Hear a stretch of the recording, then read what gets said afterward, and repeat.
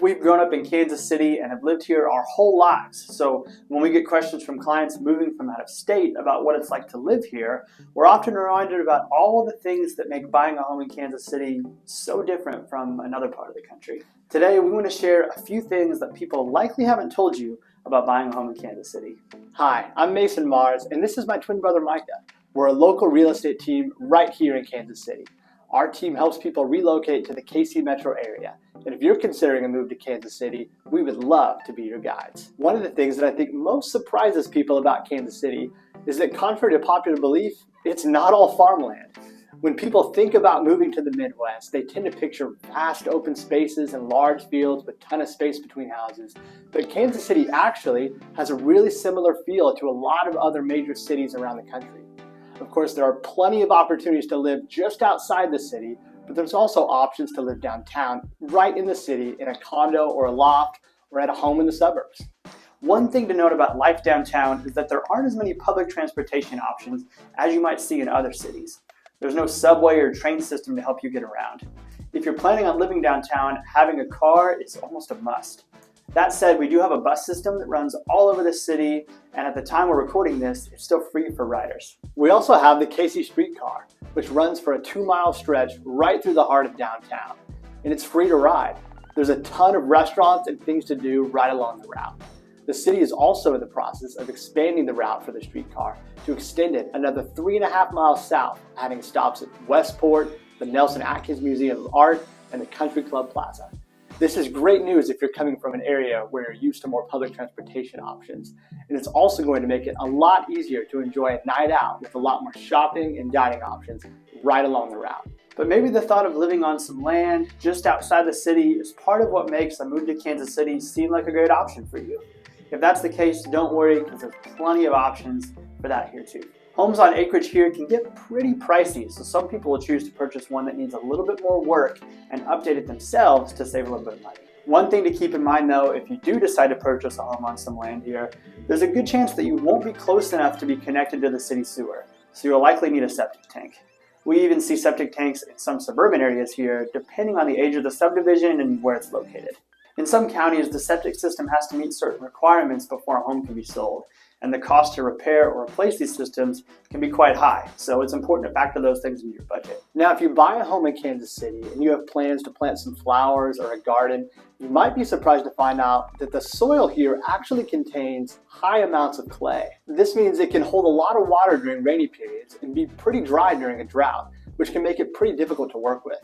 The high amounts of clay can also cause the home's foundation to crack and shift over time.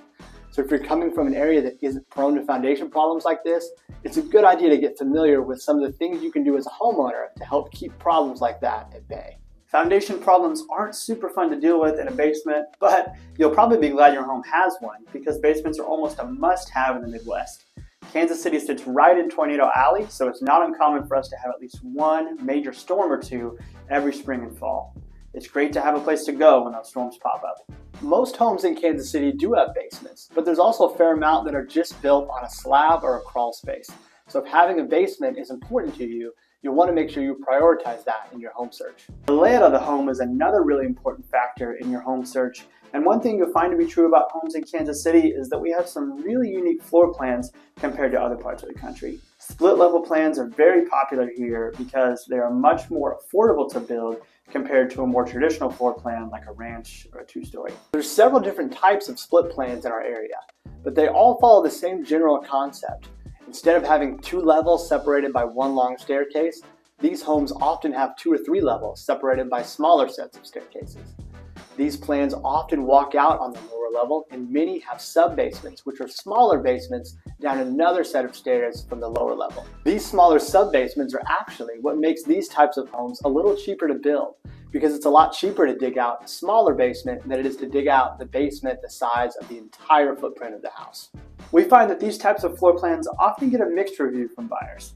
You can typically get a nicer or larger home for the money with these plans, and having 2 separate living spaces is a plus for some, while others don't care for that separation and will prefer to deal with fewer stairs when moving around their home. So it's really up to you. A lot of people who are trying to move away from stairs typically look for a 1.5-story or reverse 1.5-story plan. These are another couple of floor plans that you may not find in other areas of the US. A 1.5 story has the primary bedroom on the main level and all the other bedrooms upstairs. Not surprisingly, a reverse 1.5 story is the same concept with the primary bedroom on the main level, but with most of the other bedrooms downstairs in a finished walkout basement.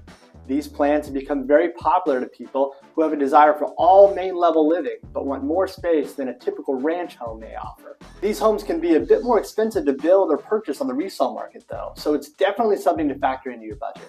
Flooring in homes here is another thing that may surprise you.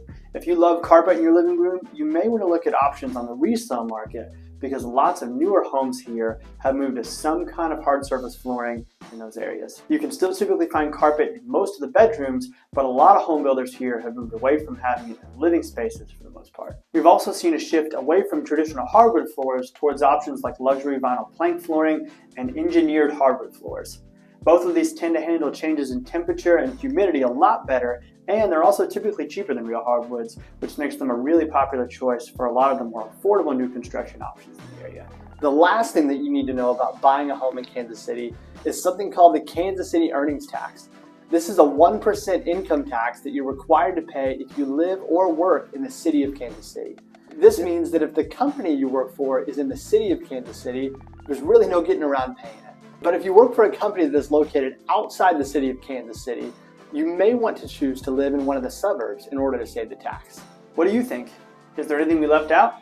Let us know in the comments, and of course, if you're planning a move to Kansas City, we would love to help. Click the link right below this video. Let's get started.